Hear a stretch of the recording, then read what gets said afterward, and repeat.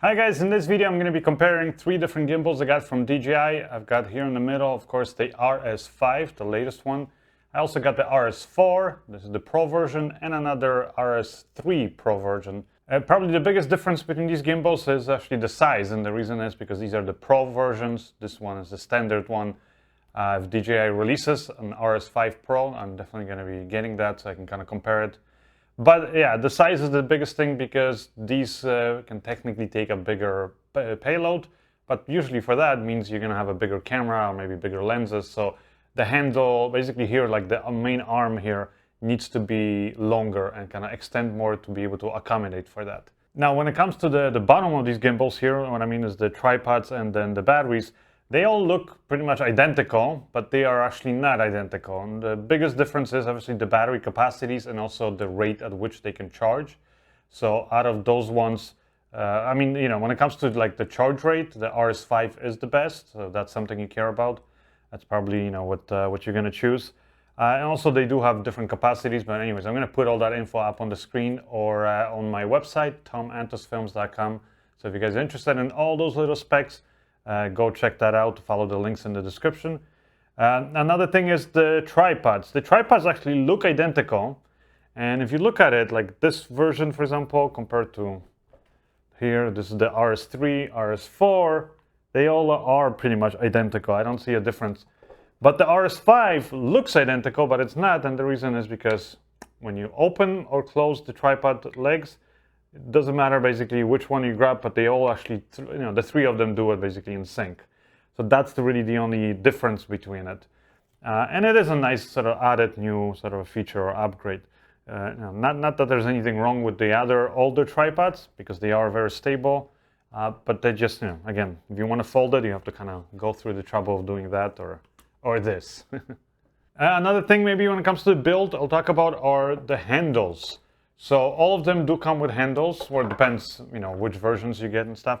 But yeah, the handles on the RS3 and RS4 are identical, meaning, you know, you have the sort of here adjustment for this angle. And, you know, you can lock it here. You have a cold shoe mount here on the top, and then you have a 1/4-20 mount, so you can, for example, attach a monitor here in the back of these or on the top of these handles. Now these handles, at first glance at least, they look the same, but they're actually not. What I mean by that is that both the RS3 and the RS4 are kind of the same size. There's sort of a side arm that attaches to the gimbal is the same. But the biggest difference is that on the RS5 you have the actual contacts here, electronic contacts. So that means that when you put it in there, it will actually connect electronically to your gimbal. Another little thing also is this little safety latch that you have. So now as you put this in, it kind of locks it in there, and even before, you know, you had a chance to really tighten this, it's already kind of holding the gimbal. Or for example, if you're using this and if this ever gets loose, well, it's not going to fall down like it, for example, it will on the previous gimbals. See, this will just fall out. There's nothing to really kind of hold it in place. Another thing is that because this now electronically connects to the gimbal itself, it also means that on the back of the handle here, you actually have your joystick, you have the record button and the M button, so just like you have on the back of these gimbals. But you know, you don't have it on these handles, and that means that now when you're, for example, in briefcase mode holding the gimbal like this, you can still control the position of the gimbal, let's say, with this, or this could be controlling, I don't know, your focus motors, or start and stop the camera, or whatever it is that you program these buttons to do. So that's kind of a nice addition, that you don't have to now, you still, but like, for example, hold it here, but still be, you know, operate or adjust certain things here on the back of the gimbal itself. Another thing is just the way that the different axes sort of are connected. It's like little things that are kind of different between these gimbals. I'll tell you this, the RS3, you know, not that there was anything wrong with it. I mean, I think it was a great gimbal. But yeah, for example, when you want to adjust, like let's say this, you know, here, the pen axis. If you want to adjust that, you basically just have like a latch, you loosen it, and then you have to push this back and forth. And what I find with this is that it has this carbon fiber design that it's kind of rubberized. And it's a little bit hard sometimes, especially once you have the weight of the camera on this. It kind of like it's hard to do the sort of fine kind of adjustments, because if you sometimes say I want to move it just a little bit, and then like this thing will kind of skip. Sometimes it's like there's friction, and sometimes it just seems to go. So that's one thing, and that's basically the same on all the axes. I especially found it annoying here on the roll axis. Like if you unlock this, and then, you know, especially again, once you have your camera with the lens and everything up there with the weight, and then it's pressing down on this, then it's really hard sometimes to kind of smoothly adjust this. Even right now, without anything on it, it's kind of hard. Well, with the RS4 at least, they improved it slightly by adding sort of a, like it feels almost like a little Teflon kind of non-stick coating. It's a little bit better, but you still have a similar kind of issue where kind of those fine adjustments are not, yeah, basically not all the way there. Now, when it comes to the RS5, the nice addition is that now they added an even better coating. I guess it's like really smooth, so it really doesn't stick at all. Plus, they added these fine sort of adjustment knobs. So when you loosen, like for example, the roll axis here, you don't have to push it. Like if you want to, you could do it, but you actually just have a knob, and it allows you just by, you know, turning it to adjust it, and you know, you have your marks there. So you can adjust it like a tiny little bit left or right, you know, and really dial it into the setting. And this works really well even when there's weight here from a camera. You can really fine tune and get that position perfectly, and then kind of lock it in there. So that again, it just means that you can dial in and balance your gimbal a lot quicker than you can with the other two gimbals. And that's actually probably the biggest sort of, I would say, improvement on this gimbal, for me at least, when I first got my hands on this and I started using it. You know, when you're using the gimbal itself, like once it's balanced, then I find that they're all very similar. Like they'll all produce smooth shots. They all have pretty simple, you know, user interface and like calibration and settings that you can do, the controls of the gimbal. But this alone, I would say, is like, you know, if you're willing to spend the extra money and upgrade for the latest gimbal, then I would say that's a nice new feature. Now, another big upgrade on the RS5 is that it now comes with a tracking module camera. It's nice black and matches the color of the gimbal itself. And just like on the RS Mini, for example, gimbal, yeah, this now comes included. And you can use it essentially to track an object. So it doesn't matter what your camera sees or doesn't see, this actually has its own camera, and you'll actually be able to see it here on the back of the screen. Whatever objects it recognizes, so it actually now recognizes animals, cars, or people. And then you just tap on, you know, let's say the object that you want to follow, and it's going to start following it. You can also use the hand gestures, just like you could on the RS Mini or the RS4, for example. So you can put, you know, your hand up, for example, to start and stop if you're getting sort of a selfie shot. And, you know, it is a nice feature to have, and that's actually something that I added because it did not come with the RS4 Pro, but you can buy this as an addition. It's just like a little here.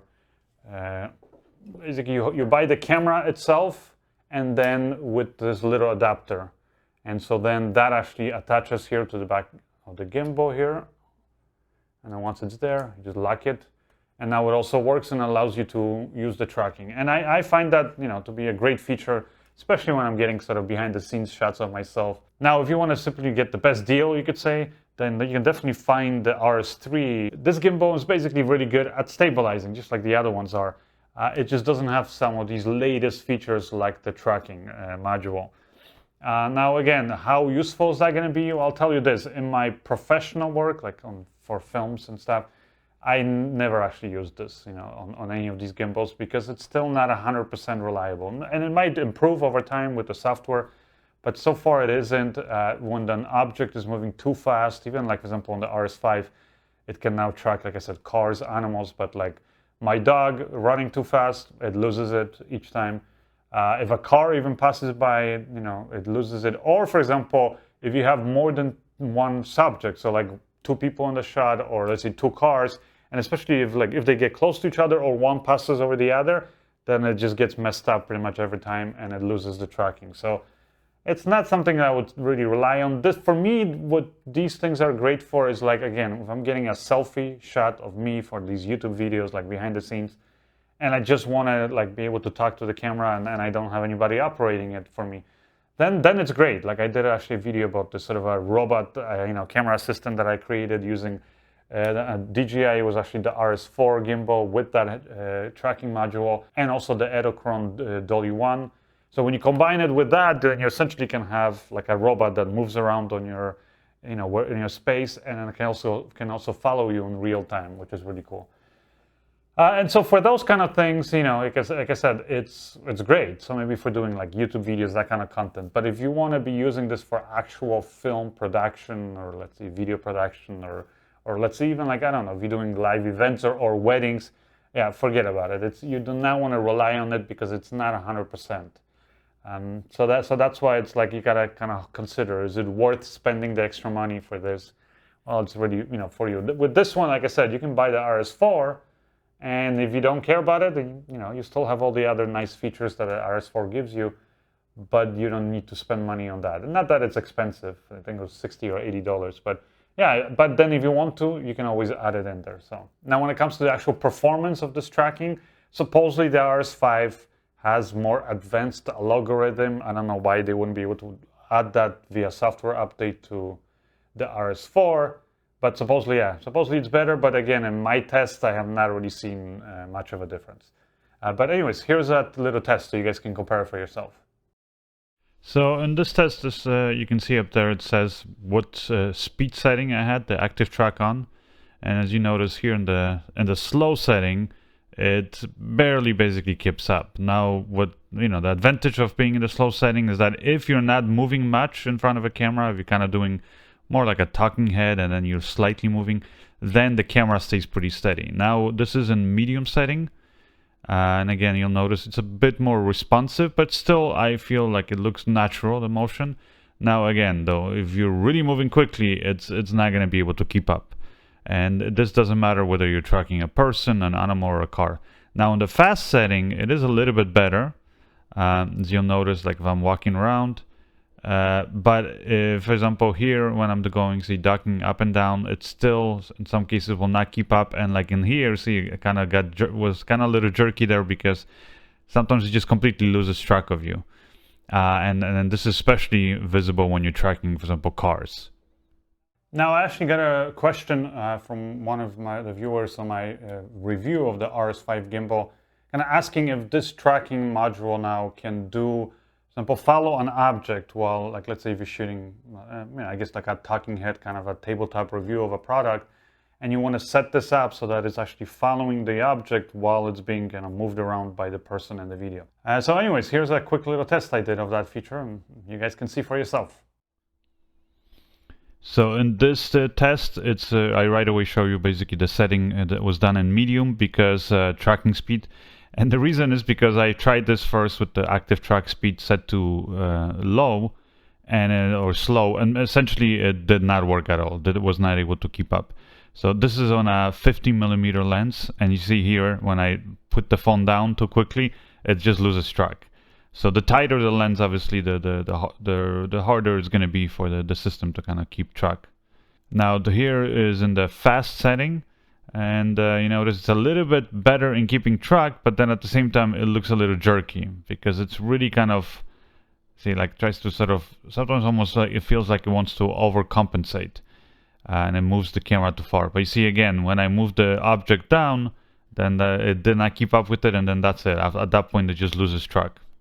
Now, as far as when it comes to the performance of these gimbals, basically how smooth of a shot you're going to get with these, the ease of use also, and then just sort of adjusting all your settings, I find all of them to be pretty much, at the same level. They all allow you very quickly, without the use of a phone, to kind of adjust each of these settings here by using the touch screen, or you have also these preset buttons for, like, let's say pen follow, let's say POV shot, like all these different modes that you can have. They all have that nice trigger, and then these roll basically adjustments here, knobs, that you can program them and make them do different things for you in the gimbals. And they all have that, and these all work great. So I mean, they're all basically great gimbals when it comes to just the basic main thing that they're supposed to do, which is to produce smooth shots. It's sort of, you could say, like if you want a little bit advanced, or other features like the vertical shooting or the tracking, then you can do it with the RS4. And then if you want to be able to track more types of objects like, cars or animals, then you're probably going to go with the RS5. Now, another thing though to consider is, will you be, well, first of all, what kind of a camera are you going to be flying? Because they do have different payload limitations. Like, for example, if you're putting a small little DSLR and you're not going to be putting, let's say, follow focus or, video transmitters and stuff like that, then you probably don't care because all of them will do that. But if you want to put a bigger, package or a bigger payload with a nice big lens, follow focus system, all that stuff, then you're probably going to go for one of the Pro gimbals. And this one has basically the biggest payload right now because there is no RS5 Pro yet that has come out. Also, another thing is, for example, if you already invested or maybe you're planning to buy the Focus Pro from DJI, which I think is a great unit. It allows you a lot of cool things, like literally turns your manual, for example, even anamorphic lenses into fully automatic lenses, but also gives you some fine-tuned kind of control if you want to be doing, remotely operating the focus for you or for the focus puller.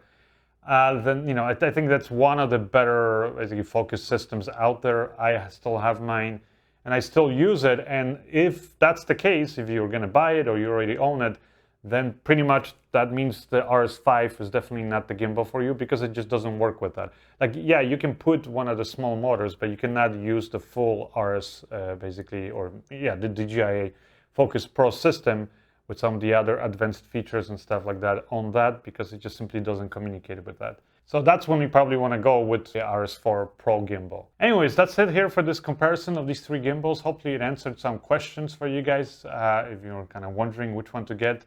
And if you enjoyed this video, I think you'll definitely enjoy my other video where, like I said, I created my personal camera assistant robot using the RS4 Pro and that Edicon dolly. So check that out.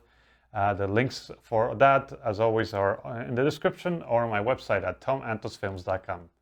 Bye!